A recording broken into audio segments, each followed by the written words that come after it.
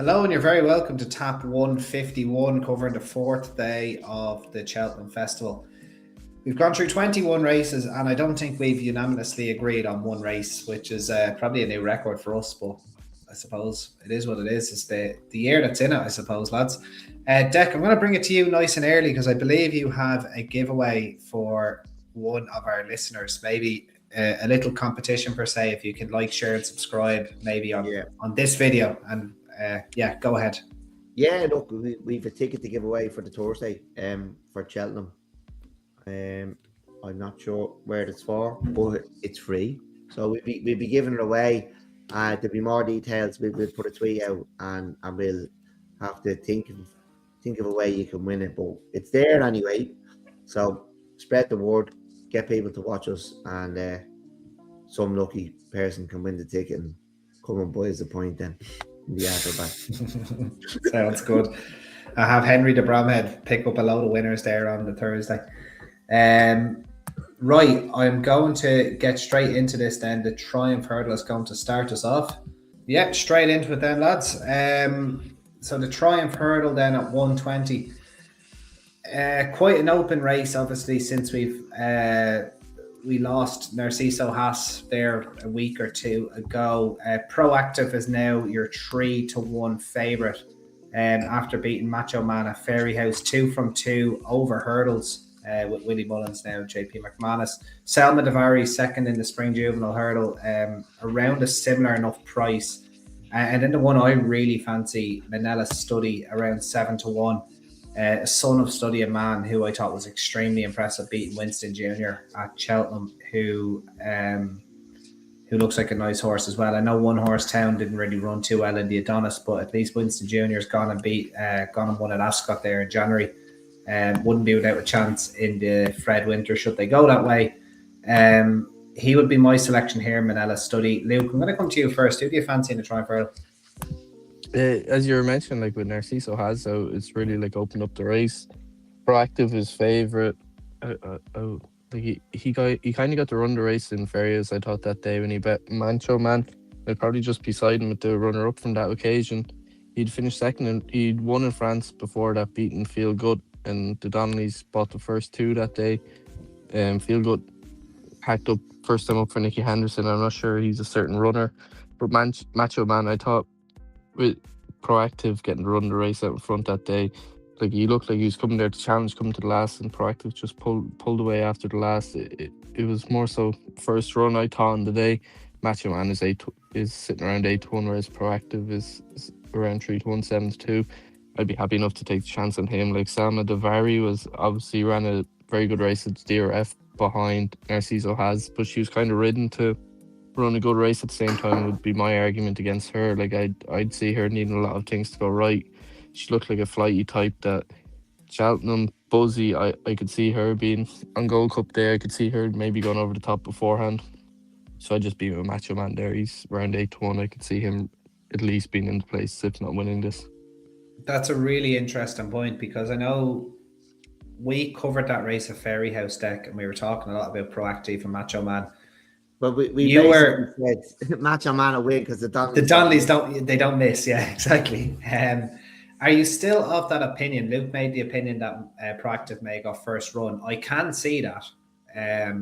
It's a valid point. Do you agree, or are you looking elsewhere? I think Highland Crystal is the one to be here. Okay, all right.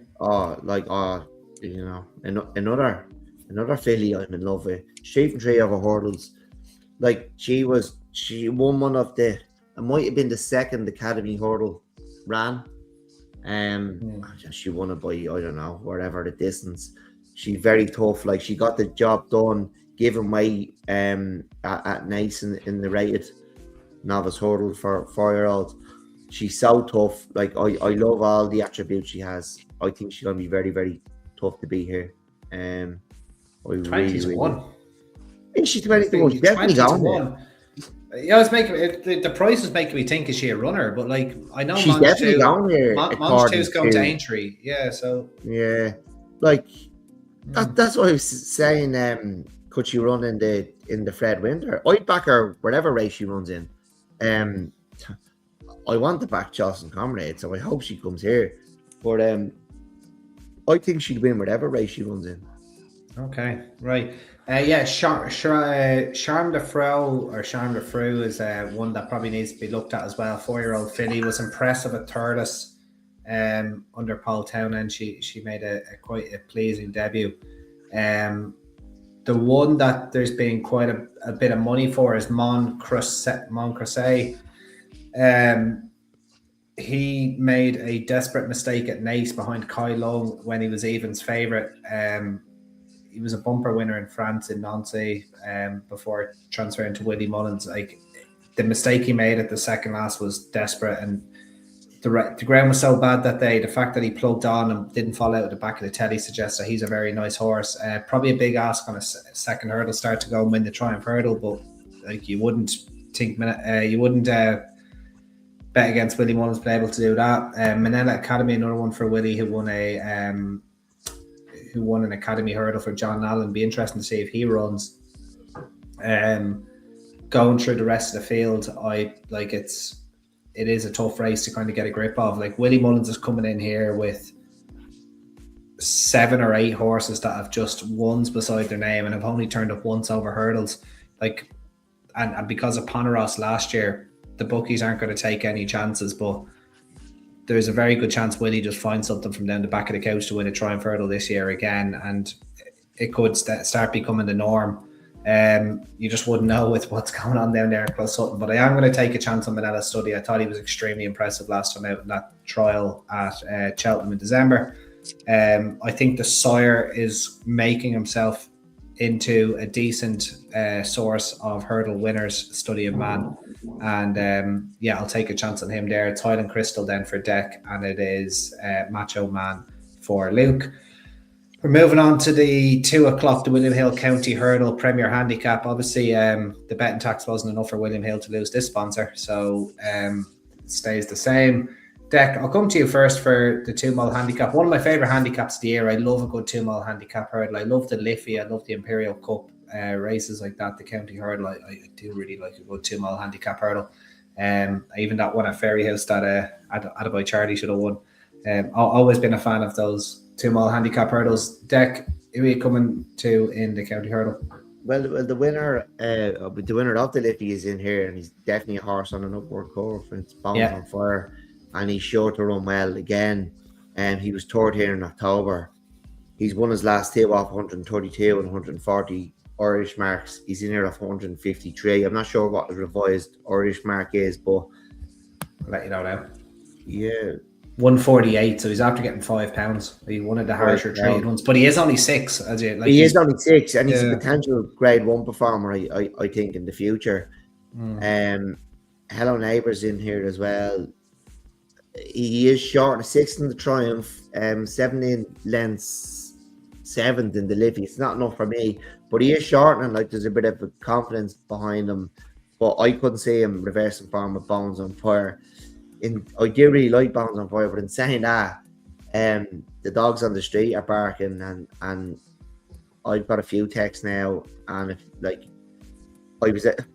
we actually had a nice race course have a business club, or part of the business club, and the business club sponsors the Limestone Lad every year. Glenn Killen won, and we got to present the trophy. But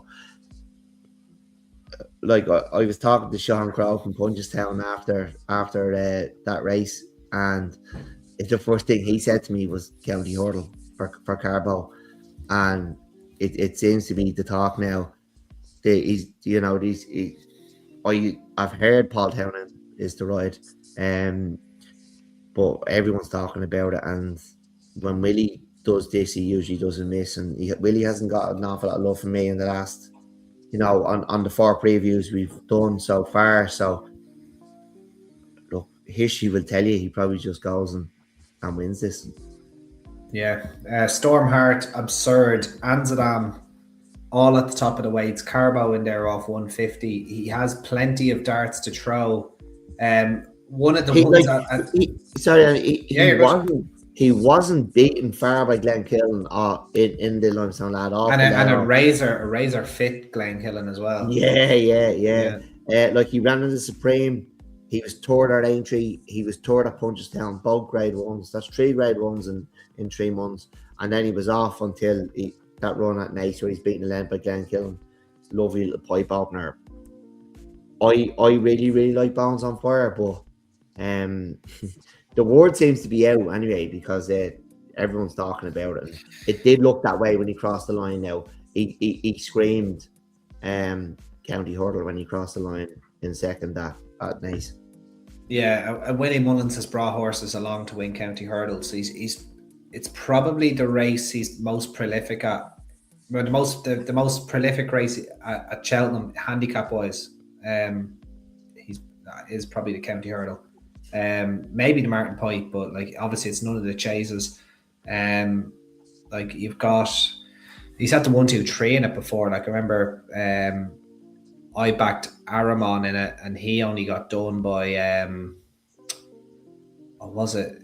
I can't even remember now actually, but it was another Willie Mullins horse. I just can't quite remember. It was one of the JP McManus horses.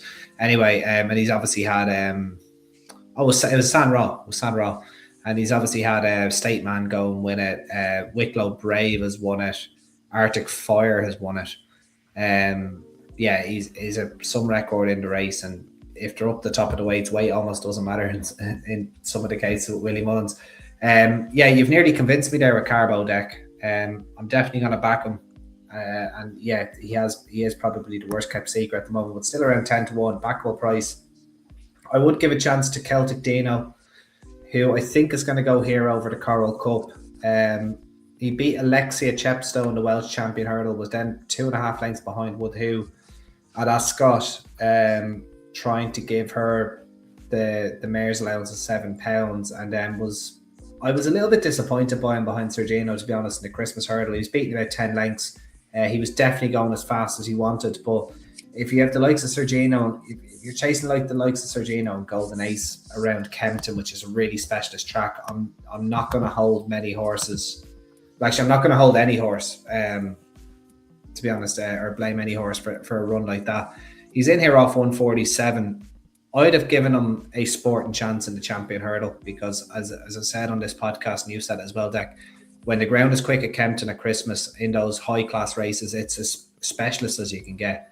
And I do think there's a lot more to come from Celtic Dino. I'd happily have Celtic Dino and Carbo against the field there. Lukey, I'll come to you next. Who do you like? Yeah, I think this has the shape of a race that you can probably take a chance on a few outsiders. Like I think Murcia, I can't see that going off favour. Charisma is in at Sandown in the Imperial Cup on Saturday and will probably have to win it to get in here. Then you have Carbo next in. Like I've no strong opinion, but the 2 against the field that I'd probably take is Jubilee Alpha. I think she looks certain to be suited by the drop back and trip here. She's a strong traveller over further, and I just don't think she's been getting home over further. She's running some good races and just got outstayed late on. I think it was Sandown when Nurse Susan ran her down, and the other one was Hello Neighbour. He has a lot of class from last year. Like he was only behind Poniris and Lulamba, Punchestown and Cheltenham respectively last year. 18 lengths behind Lossy Mountain Punt at Christmas. He ran back in a handicap at DRF, but I think there's a lot more improvement to come on him.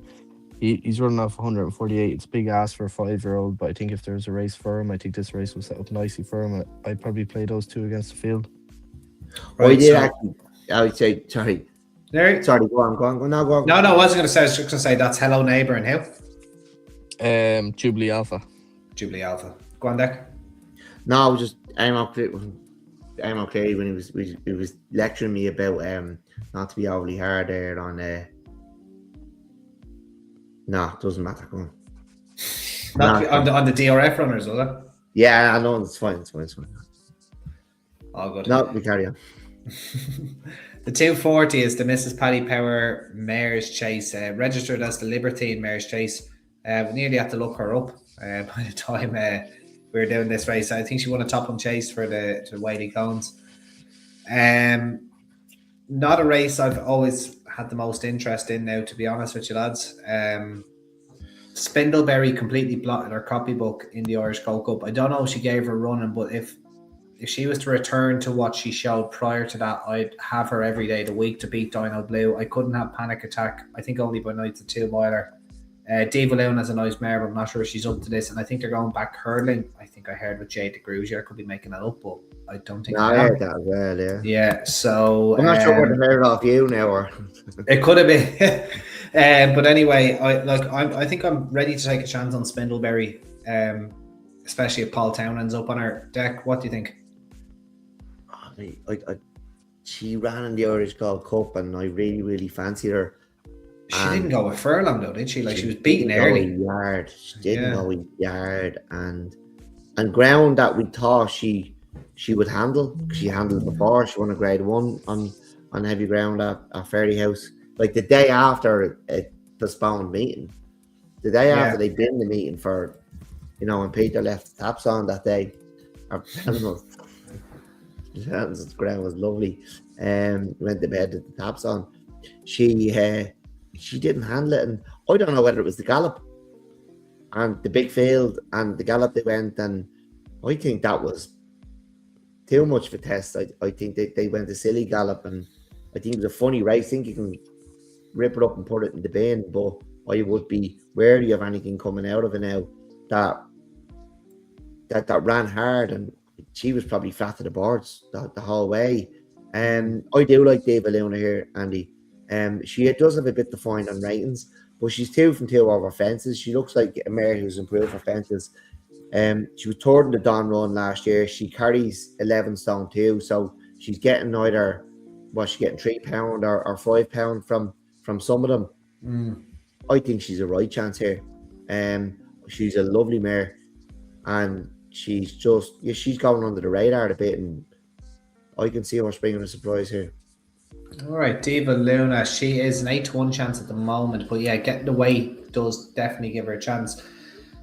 I think this is, out of all the races of the week, I think this is the one I'm most looking forward to being in the bar for, to be brutally honest with you. It's hard to get excited about it now but anyway, we still have to cover it. Luke, who is your fancy for the Mare's Chase?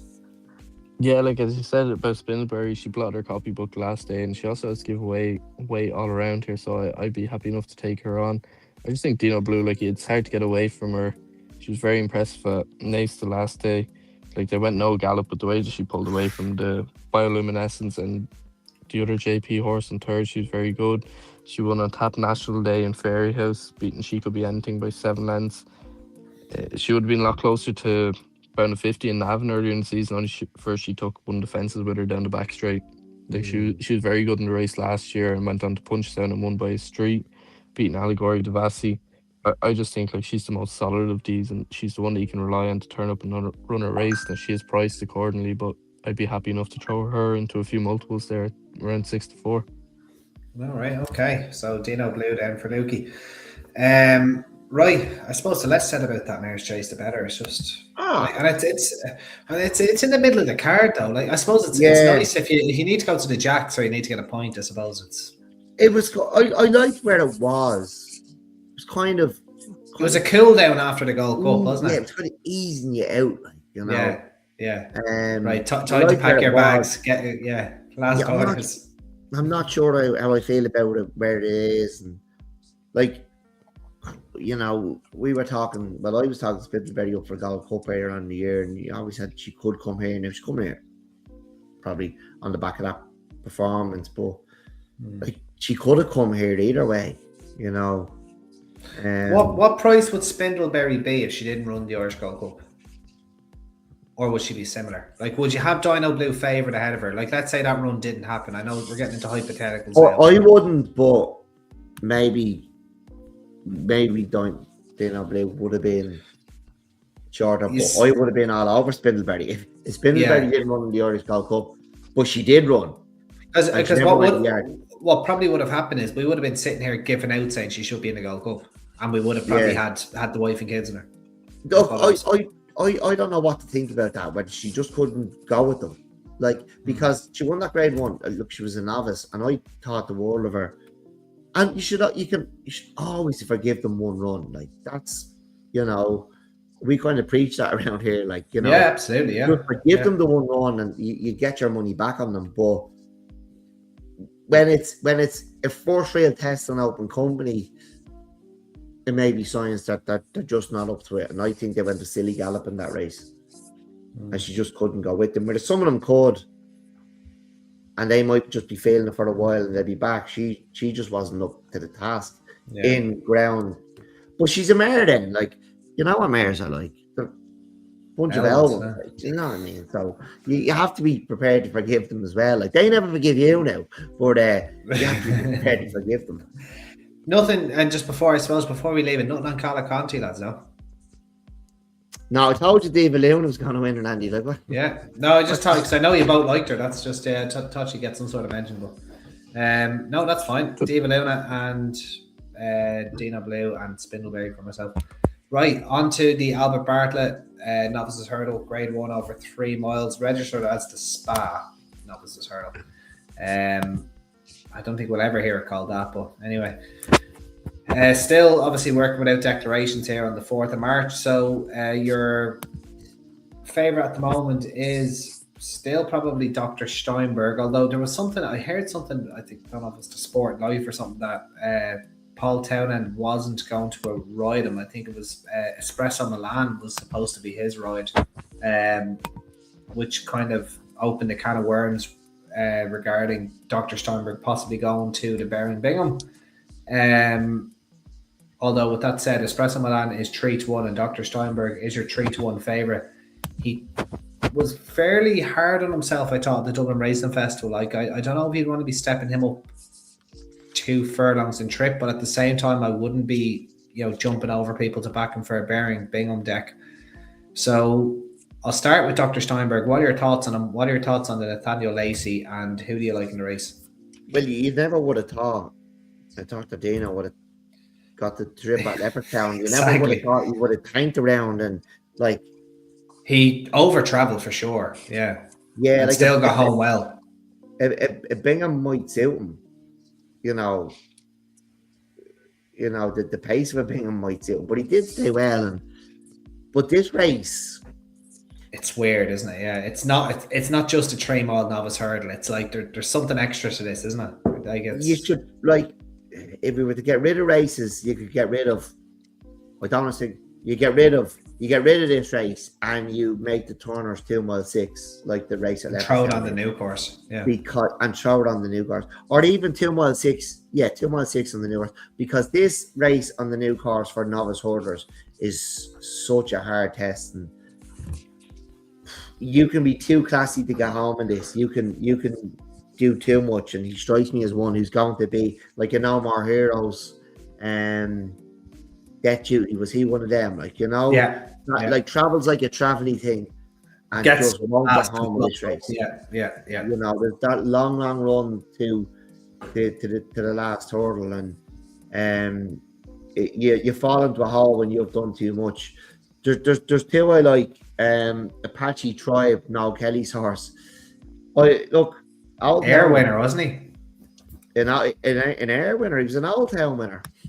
Sorry, yeah. He won an air on his latest start, didn't he? Yeah. He won an air on his latest start. He won the 5-year-old point to point at Old Town last year. That was run after the 4-year-old maiden that we've harped on about all winter.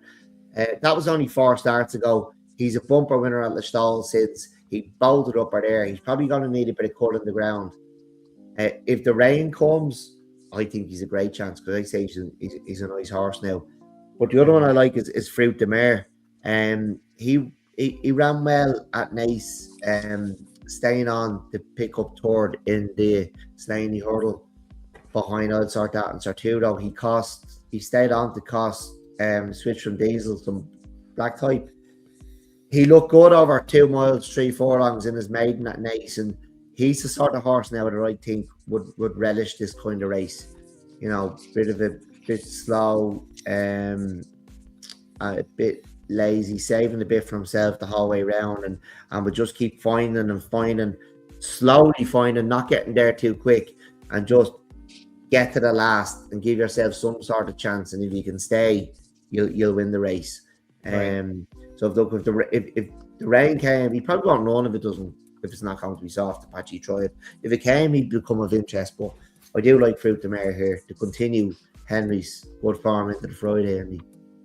Yeah, Apache Tribe has been a bit of a springer in the market. He's only 16-1, which I think became quite popular after Noel Kelly gave an interview on Racing TV with a few jars on him, right. which is great. What we all want to see. Like, that's what it's about, isn't it? They hit the races.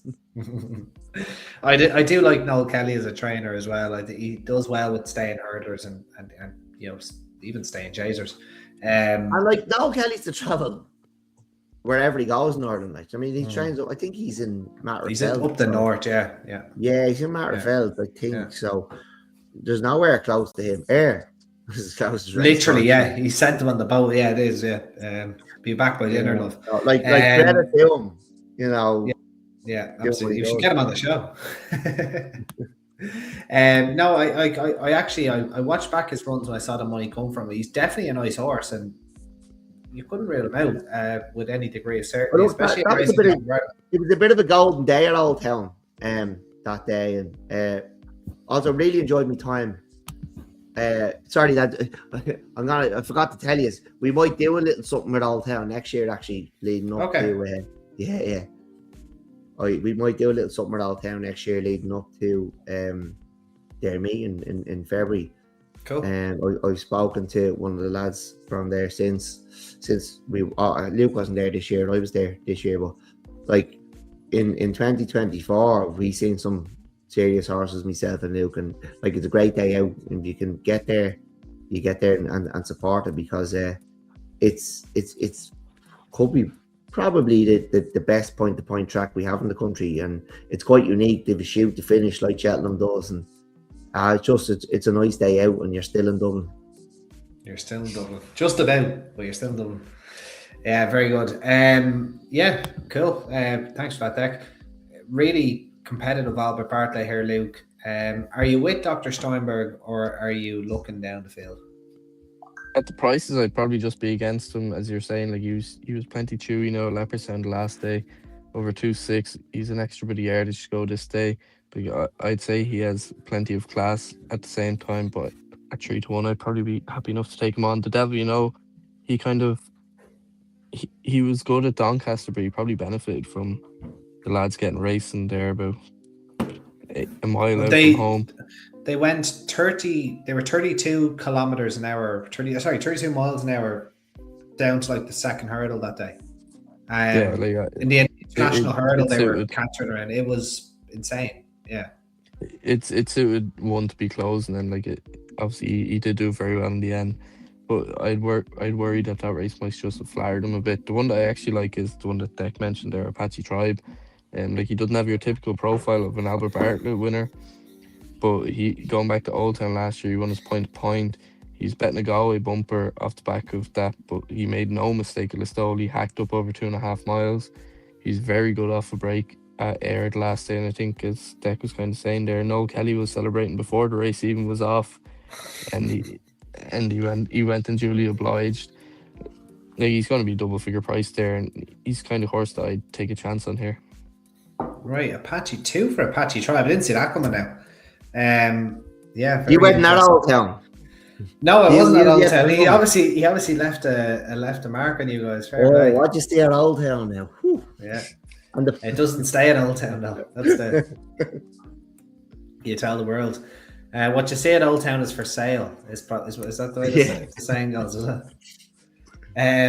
Yeah, I'm gonna stick with an old friend of mine. Well, not really an old friend of mine, but I put him up at the Dublin Racing Festival, and he's withdrawn at the 11th hour. Jalin the Dairy is who I'm going to go with. Second behind Sertudo, and then behind Frankie John as well at Leopardstown.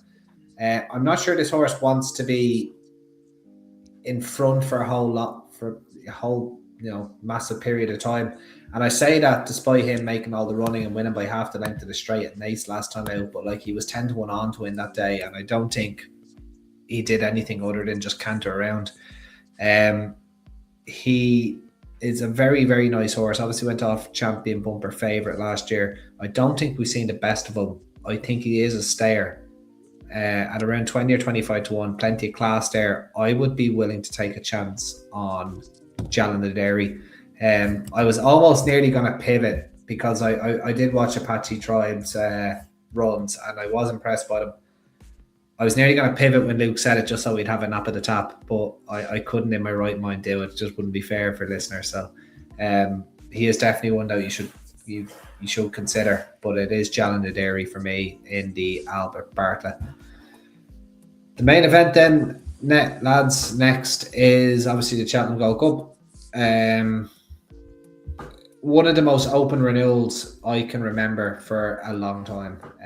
This is an extremely competitive year. I would be expecting for Galopin Des Champs to run a season's best. He is 7-1. Ahead of him in the market, the Jukebox Man, who I think could be a suspect stayer. Django Boy, who does remind me a shade of Kicking King. And Gaelic Warrior, who now leads the market, could be ridden by Patrick Mullins if Paul sticks with Galopin Des Champs. I would be very sceptical seeing him over 3-2 and Patrick trying to keep a lid on him. But anyway, Hot Eye Color in there as well, 8-1. I know the way you're thinking, who's been very well backed in recent days, anywhere between 13-2 and 8-1. Double figure price about the rest, Grey Donalds, Blanstower, Affordale, Fury, Grange, Clare West, I am Maximus. And it's kind of whatever you're having yourself about the rest. I'm going to come to you first, Luke, as our guest in the Gold Cup. Who do you fancy? Yeah, this is a cracker. Like, we have the top three in the market there. They all locked horns in the King George, with the Jukebox Man coming out on top. But I'd be kind of skeptical with that form. Like, they didn't go a great galloper in Kempton that day. It wasn't a true King George. It's usually like you'd see them winging around, and it kind of turned into a sprint up the straight. I know what you're saying about Gaelic Warrior there, but I'd say they've no issues staying. But he probably wouldn't be for me. Like, Hottie Clores is going to go out and make this a right test of stamina, which is probably going to suit a few of these in here. The one I was kind of all last week, I was kind of saying to anyone, I'd take a bit of that 14-1, and I know the way you're thinking. I didn't take any of it myself now, but I think he will drift on the day. Like, he's around 6 or 7-1 there, like you were saying. Like, he's last year's winner. He hadn't lifted a leg by this time last year. Like, he'd run promising in the Irish Gold Cup. He couldn't jump by this time last year. Yeah. Like, he literally couldn't lift his legs at this stage last year. Now all of a sudden, he was like a gazelle. Gazelle around here. Like, Then Mark Walsh wrapping himself in bridle at the top of the hill. But yeah, I think all the chat of fact the file going back for the Ryanair, I think they might have a night. They might have their he might have his eye, and I know the way you're thinking here, and it kind of solves that solution. Like, he was very good last year when he won the race. Obviously, he hadn't done much this year. But the race this year, it probably is a bit better, and it's going to take a bit more winning. But he still is only 8 at the same time. I still think there is a bit of improvement in him. I wouldn't back him now, but I think on the day you will be touching double figures, and I'd back him on that now. Another way of thinking, a 2-time Gold Cup winner. It'd be the funniest thing ever, wouldn't it? After shit, just like 145. But the thing is, though, if there is money for him on the day, it is probably Barrafal. Like, if they have him back right, like if he ends up like 7-2 or 3-1. Now, I don't think he will. And Frank Berry retire. Goes off favourite. Frank Berry retire on that. I can't do it. I've done enough. That'll do me. Yeah. I won't. I'll never better that one. Who goes off favourite? That's a really good question. Jukebox Man. I don't think he'll stay. I think he'll go off favourite. Yeah, I suppose that's the question. I think you're reading it wrong about the Jukebox Man, lads. Like, he was second in an Albert Bartlett. He was very impressive. Paddling after the last time. Sorry? He was paddling after the last. Up the hill. We just spoke about that race on novices, on novice hurdlers, how efficient it is. He's a much better horse now. Like, he's a horse that can stay at Cheltenham and has the speed for Kempton at Christmas. Like, he was very impressive in it. It felt him. He missed Cheltenham last year, but he's won at King George this season. I really like him, and I felt myself liking him, and it felt odd, you know. And it wasn't like me, and I was like, "What's happening?" But I do really like him. Now, in saying that, I do think it's a wide open Gold Cup. I do think, like Spillane Tower, he won the Cotswold. He seems to be getting back to his best. I think he's gonna be thereabouts. Galopin Des Champs, I just want him to win it. Like I would just give the racing fan wants you to, I not have a winner for the week to just be there to see him win his Tour Gold Cup. You know, I give up all those 50 grands I'm going to win next week just to be there. Just to be there to see him do that. That's all I want. But I did think we could see a passing of the torch at Leopardstown the last day. Yeah. And it was still a bit inconclusive because the way the race was ran. And he put his head down and he stayed on for a second. Like, how can you not love him? Like, he's the greatest horse of our generation.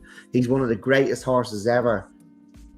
But, you know, it's not always, you know, this isn't Hollywood either, like, you know. So I don't know. I tell you what, lads, I back this one, and I wouldn't be bowled over now if Envoi Allen won this.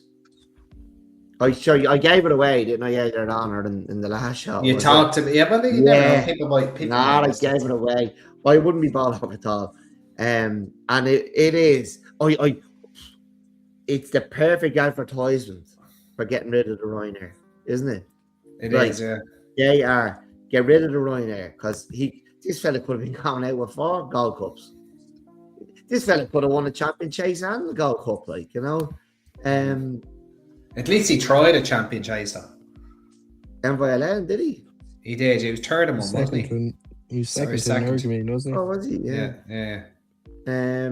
Yeah. Look, he's 12 now.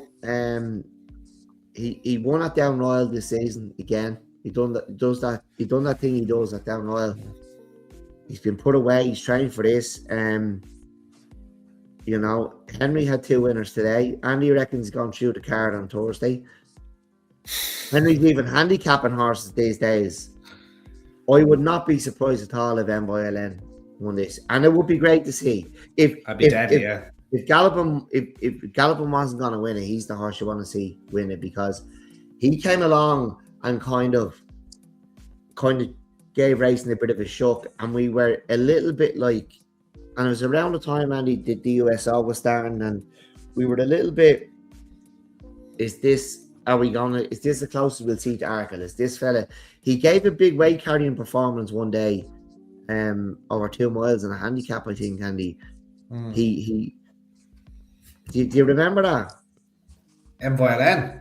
Yeah, it wasn't a handicap, but he gave a lot of weight away. He might have beaten yeah, that was that the Colony? He ran the Colony, didn't he? Was it the Colony where he gave a good bit of weight away now to good horses? Yeah, I think it was. Yeah, he beat Phil the Dairy. He was 12 stone. He beat Phil the Dairy and Dinny Lacey, Asterion Falange, and that. Yeah. Like we were kind of going, what is this? Like, you know, and then it began to just kind of fall apart for him. I would have loved him, to be honest. When he won the Turners or the Ballymore or whatever it was called back then, he looked in trouble. And we're in, like, the turn foot he showed, and all of a sudden he was in front too soon. It was absolutely frightening. And it's one of the, like, it'll stick with me forever. I talked about it for years after. It was frightening, the turn foot he showed. I would have sent him to a champion hurdle after that, but they went chasing. And unfortunately, he went chasing during the COVID year, and he came down at the first or the second fence. It was when your man was waiting him for the big bet. Remember that? Yeah.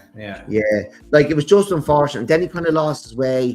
They sent him over 3 miles at Punchestown. But he got back. He won his Ryanair. He's kept winning grade ones. I fell out of love with him. But, like, history will remember him fondly. Well, we don't remember him as we should because of the Ryanair. So, yeah. So if he wins this Gold Cup, he'll only be winning back what he deserves. But that's why we should get rid of the Ryanair. Like, he's won the bumper at the festival. He won the Barring Bingham. he came down in the juice or the JLT, whatever it's called that year. He's won a Ryanair. He's been placed in a champion chase. Like, we don't get many festival legends like this. And we don't hold him in that regard, I don't think. Like, people would love Allaho more than this fella. Allaho wouldn't lay a glove on him, you know, as a festival horse. Like, this fella's, like, he just needs the win or the champion chase of the Gold Cup. Or It's if his he'd eighth. gone out in the Shield for the last 4 years in either the champion chase or the Gold Cup, placing him, he'd been held in higher regard. But the Ryanair exists, so the perfect example of why it should be a grade 4. But I'd love nothing more, and I wouldn't be surprised if he done it, because it's that kind of festival this year. It's wide open, and it's that kind of Gold Cup. Yeah, and he'd be primed. He'd be primed like his life is on the line, because it's his last run. So yeah, it's his last. Imagine that happening, and then having the bet of the Millennium in the Martin Pipe, like, unbelievable. But yeah, I think Super Man deserves to be up there. I think he's a great chance. But look, I'd love Galopin and Envoi Allen. Imagine the two of them over the last. Who would you want to win? I'd probably still want to see Galopin win, but he's going to be a festival legend forever. Envoi Allen needs to get his head in front to be held in the regard he should already be held in, because the Ryanair exists. Yeah. So for sure. That's my thoughts on the Gold Cup. Look, I can't give you the winner of every race, lads. Having his 8th start at Cheltenham Festival, Envoi Allen, there's not many horses that would be able to do that. There's some horse that wouldn't even have 8 starts. So yeah, I would say it would be great. And you're dead right, Dec. I don't need to crab the Ryanair because you're here doing it for me, which I do appreciate. Yeah. So look, I think it's probably an unpopular opinion. I think the Jukebox Man, if he was in the champion chase, I'd probably back him. I know he's gone and won a King George the last time, but he's beaten. What part of the Premier League is he in? Yeah, that's a good question. I'd say he's probably fighting for European places now, and if it was for the pushing for UEFA. Yeah, which might win you a champion chase this year. Like, you look at the horses around them: Django Boy, Arkle winner, Gaelic Warrior. What Captain Guinness is he in the Masters, the L5 aside? He's in the he's over 25. Yeah, absolutely. Yeah, he's in like the legends, the Masters, the indoor stuff. Yeah. Django Boy, as I said, Arkle winner, Gaelic Warrior, Arkle winner, Punchestown champion chase winner, Banbridge in 2nd, and then the Jukebox Man. Like, and Luke said it earlier in the preview, he beat a lot of horses that had 2-mile form that day, and he jumps like a 2-miler as well, in my opinion. And I just can't get him paddling in the Albert Bartlett out of my head for the staying trips now, to be honest with you. He's probably a certainty in the Ryanair when he fails to get up the hill this year. Because I don't think there'll be many travelling better than him when they turn for home. The two I've came down on, horse I've always been quite fond of, Django Boy. I don't have any qualms about the trip for him. I think he'll stay fairly easily. Had the class to win the Arkle after being outpaced. Nico de Boinville trying to make all the running on him, and he looked basically tailed off by halfway. Stayed on really strongly to go and win that Arkle. I tell you, it's very impressive in the 1965 chase. I think he's just peaking now, and I think he'd have a great chance.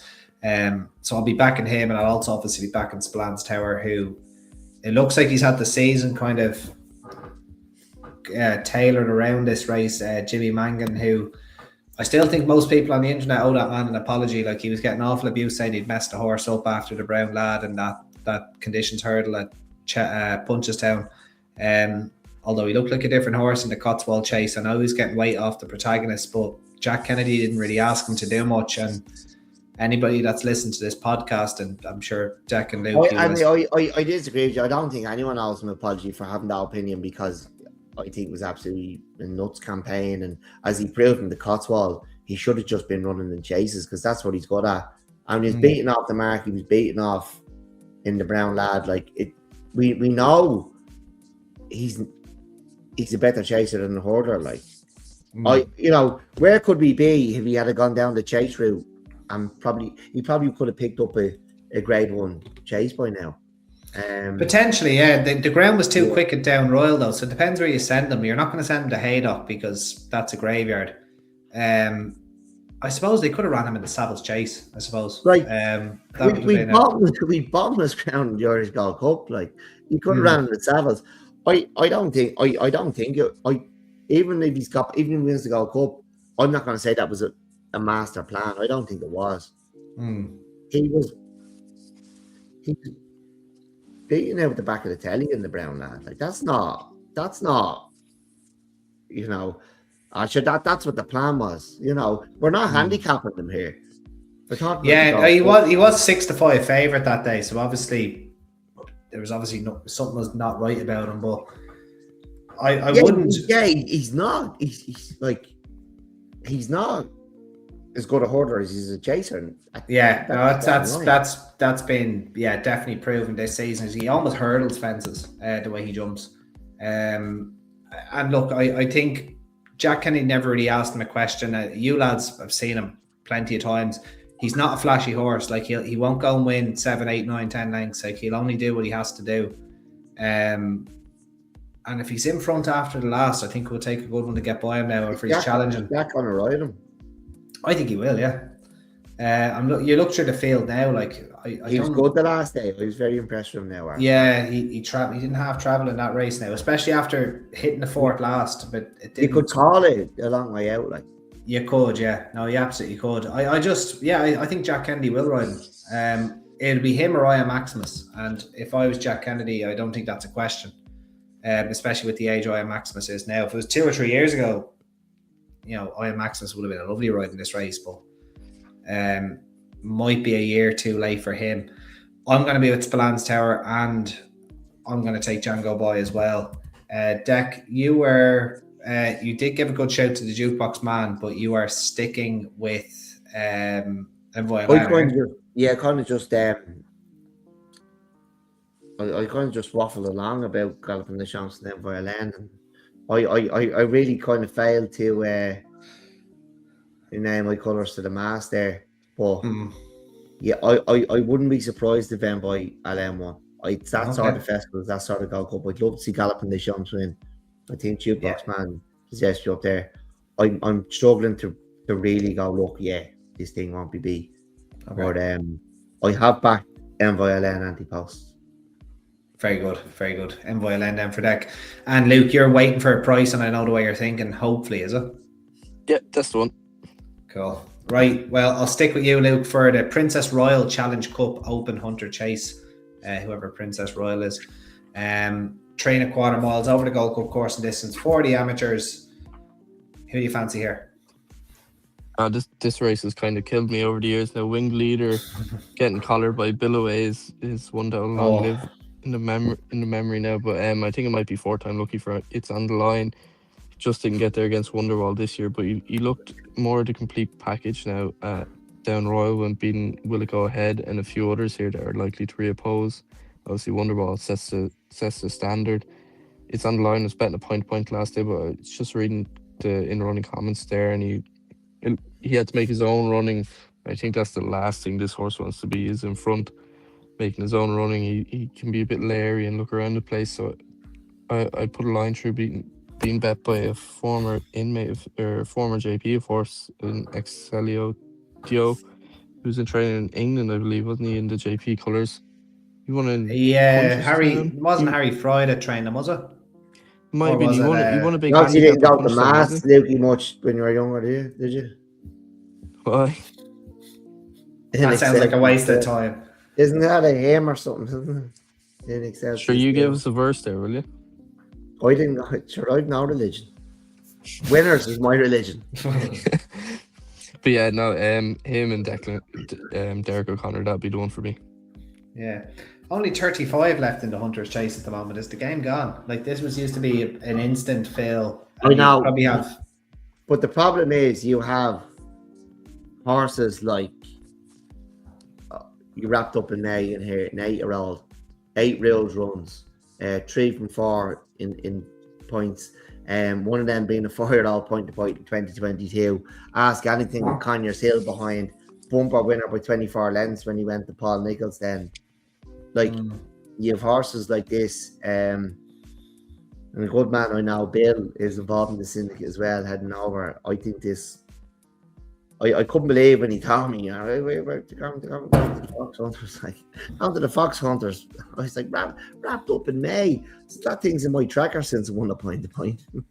But here we are. Like, I think that's the reason we're getting horses like this in it. That's why we're not getting, you know, we're not getting farmers sticking a few horses in with their sons up or their daughters up anymore. Like, so, it's probably a better class of race, which is not always a good thing, as we said the other night about the Farm Oiler, you know, and we champion it when it comes to Punchestown. That's what makes Punchestown what it is.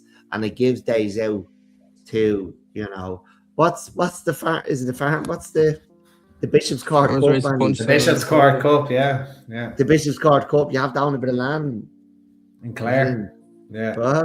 You have to own a bit of it. Yeah, in Clare, yeah. Is it a bit? No, not Clare, sorry, Kildare. Kildare. Yeah, sorry, you'd be a farmer in Kildare, yeah. And that's what makes Punchestown as special as it is. Like, and like I think having the Farm Oiler as a handicap chase, you know, with professional jockeys after 2 staying handicap chases is a bit ridiculous. Like, you know, on the Tuesday, it's a bit nonsense. Yeah. Like, if Cheltenham is to be the be all and end all, it has to be for someone at every level as well. Like, you have to throw in, you know, and we could change the rules of the Fox Hunters, but I actually think Wrapped Up in May is a great chance here. I think Sam Curling wins it. Won the wall. Depends which one. Yeah, won the wall. Won it last year. He's been kept fresh for this. He won at Dromahane back in November or December. But I do like Wrapped Up in May. He's been in my tracker now. He went in my tracker after he won his point to point and just never came out of it. Bolted up in his bumper, as I said. Probably improved since he switched from Nichols to Sam Curling now. So yeah, and for Bill as well. Like, I you know, really nice man. Or I met in Cheltenham, in the hotel one night. So, in the bar, in the Clarence Court. So I'd love to see him have a winner in this. Very good. Groshes to Bam, an interesting runner there as well for Joe O'Shea. I'd imagine that's the one James King is going to ride, given that he rode him at or I don't know if he actually rode him in Aintree, did he? Might have rode him at Aintree. No, Hugh Edwards rode him in Aintree. He rode him in May at Cheltenham.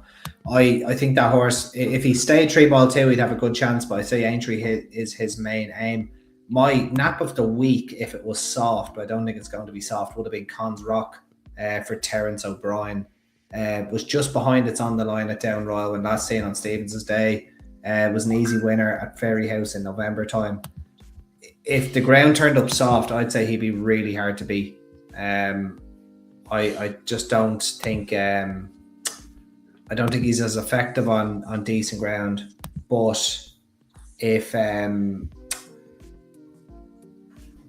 the second last was not admitted at last time out, at Down Royal, I think he might have been a lot closer to It's on the Line, but it was. So I think, I think he's going to get a lot closer at least to It's on the Line. So I'd be with Cons Rock, but if the ground was soft, I'd be a lot more confident. Right, so we're moving on then to the main event, the bet in the Millennium. The bet. Martin Pipe, go on. I can't believe you're napping something in the Martin Pipe after the luck we've had in it the last 2 years, but go on. The nap of the Millennium. Go on, who was it? Steve Benet, some pirate. I can't believe the horse. It must not be running because I can't be the only one. So the Napoli Millennium is not running. I don't know. I don't.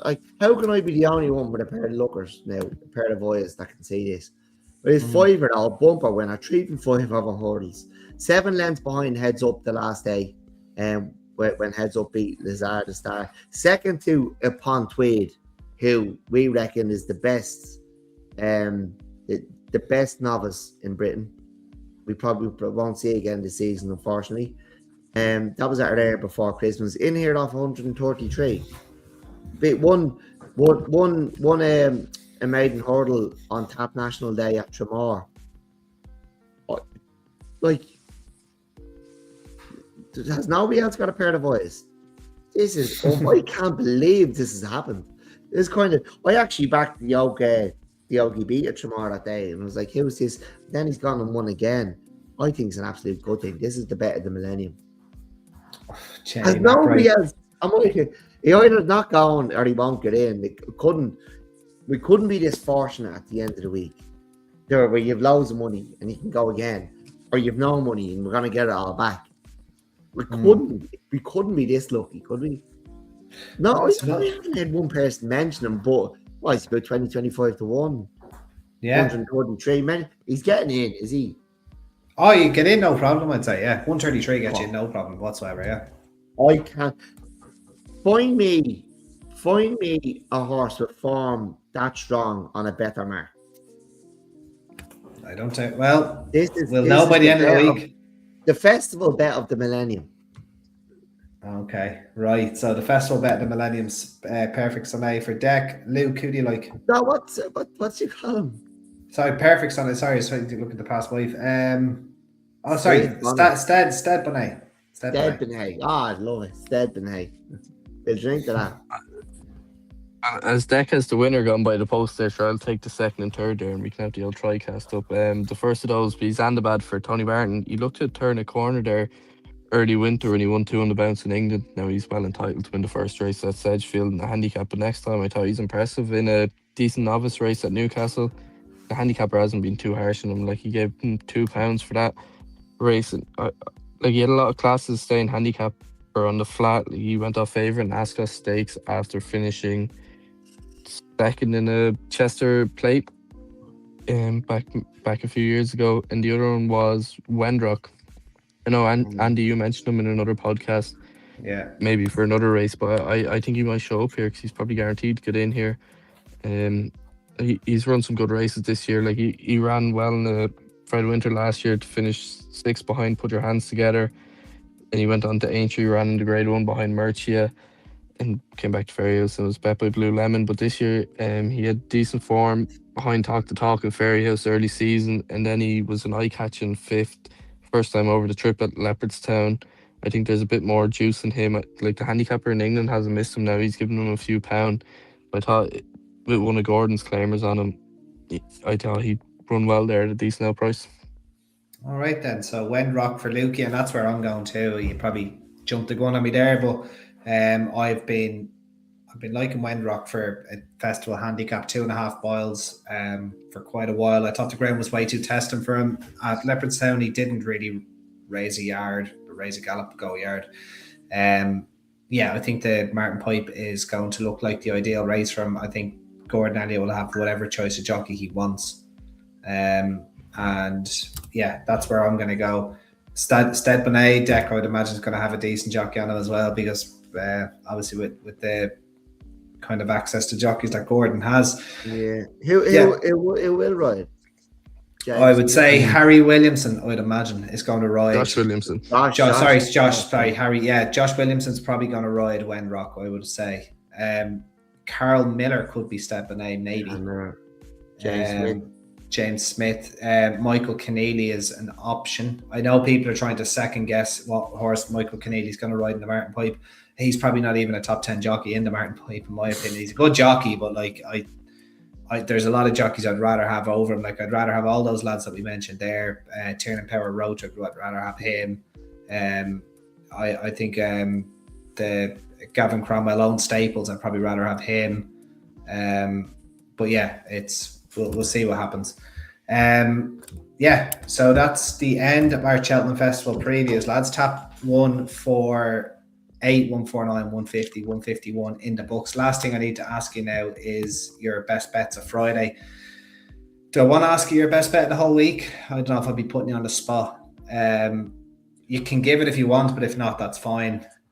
Sure, hopefully everyone's... You can ask me my best bet of the Millennium if you want, Andy. Go on then, off you go. Stead Benet in the Martin Pipe for Dec. Okay. Crossing everything he runs through. Wake up in the morning.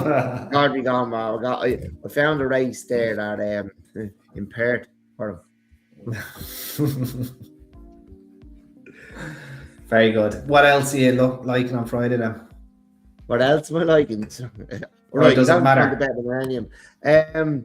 Look, Carabao, obviously, we all know about that. There's fellas who never seen racing know about Carabao. Wrapped up in May. I like David Luna and Highland Crystal, I think, won't be beating the Triumph. Very good. Milana Study was mine in the Triumph. I will follow you in Carabao or Carabao. Do you hear me? Carabao. John Dairy in the Bartlett. I'll stick, if I had to go at once, Valence Tower in the Gold Cup, I will back Django Boy as well. If the ground got very testing, Cons Rock would jump to the very top of that list, but I don't know if that's going to materialise. I will be backing them anyway. Luke, recap of your selections then for Friday. The main one would probably be Dino Blue at the price, and something bigger, Apache Tribe and the Albert Bartlett. Okay, very good. And can I ask you your bet of the week? The Friday will all be about waiting to see what's going to run in Dundalk to get us out of hassle there. If Gordon's yoke that Dec was on about there doesn't win the... Yeah. Luke, I'm struggling here. Send me something. Quick.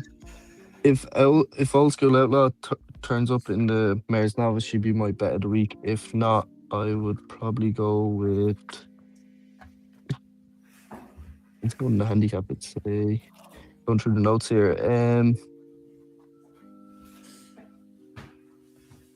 Stencil. Stencil. Wow. Okay. If Cocktail Devon doesn't show up. Right, even if we go show up, Luke, we won't worry about that. Right, my bets of the week will be Talk to Talk. I'm going to take you directly on in the Don Run with Echo and Silence. I really fancy her as well. And then Predator's Gold in the Broadway. 66-1. I really fancy him to run a big race now. Hoping Danny Mullins gets put up on him. Dec, outside of Stead Benet, the bet in the Millennium, anything else you want to share with us as your bets of the week?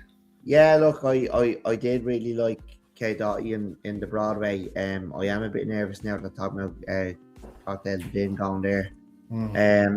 Look, I put up some really big price horses over the last 4 paws, but like you two lads know this, so I do genuinely like them. They're not wild swings, and they're not for clicks or views or bites or whatever we do these days. I genuinely fancy them. Chosen Comrade, I think on good ground she's a great chance. Captain Guinness, I think he ticks all the boxes.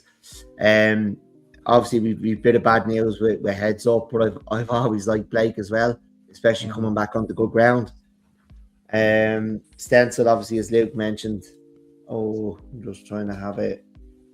Who else have we got? We could go on all night here. Yeah. Look, Golden Ace, I think, in the champion hurdle, I think people are mad not to be backing her. Especially like I mightn't back a horse 20-1 each way. Like, you know what I mean? They could be on the nose me at those prices, but I know there's lots of people that would back a 5-1 shot each way. So, those sort of people, you'd be mad not to be backing Golden Ace each way. But look, and obviously Ballyfad, I think wherever he turns up, he'll probably win. Yeah, very good. That's a comprehensive long list there from Dec. Look, we really appreciate you guys listening, taking the time to interact with us. It takes a while for us to put across these podcasts, and it actually ends up costing us money, but we have a lot of fun doing it. All we ask for is to like, share, and subscribe. But it just the time that goes into it. I tell you, my folks were they dropped they generally live across the way, but the uncle goes there at school some days and they drop them over. They forgot their key, like, you know what I mean? So they were here when I get in from work. And obviously we wanted to get started early tonight. And yeah, my dad, Damo, he'll use it now. Like, he was waffling to me when I was trying to get ready for the party. He's like, "Jeez, a lot of time goes into this." So I was like, "I know, fuck off home." I didn't say that though. But yeah, if he knows the time that goes in, we obviously do be putting a bit of time in. So, but obviously, look, it's always great to meet people out as well. I actually, I was going to the Jackson O'Donoghue house last week or the week before, and there was a couple of lads that I had to walk by them. They were shouting, napping and tapping at me, and I didn't stop to talk to them, but I was absolutely bursting. We'd come from Crow Park to get there, and I went looking for the Martwas and I couldn't find them, and I felt a bit rude about it. So if you are listening, guys, probably not after that, but I do want to apologise for not stopping to talk. But look, come here, you know yourself, you've had a few points and you need to go. Yeah, absolutely. Have to get to the Jack. I'm about to turn this off. I'm about to piss my pants down myself. I can't wait for next week and have a few points with you lads in the Arkle Bar. Hopefully back a few winners. No nap at the tap over the 4 days. Closest we got to was probably Carbow in the county hurdle. I know Luke and I agreed. Stencil was close with you too. Woodhill was close with. Yeah. Well, there's one now. If there's a close enough double, Woodhill and the Mares, you'd probably want to back her now. Stencil in the Jack Richards and Carbow in the county hurdle. If you wanted a close enough nap at the tap, Trixie, and they're decent prices as well, so maybe one to go with there. But until next time, guys, keep like, sharing, subscribing. I really appreciate all your time and your listening. Lads, thank you so much for your time as well. I really enjoyed that tonight.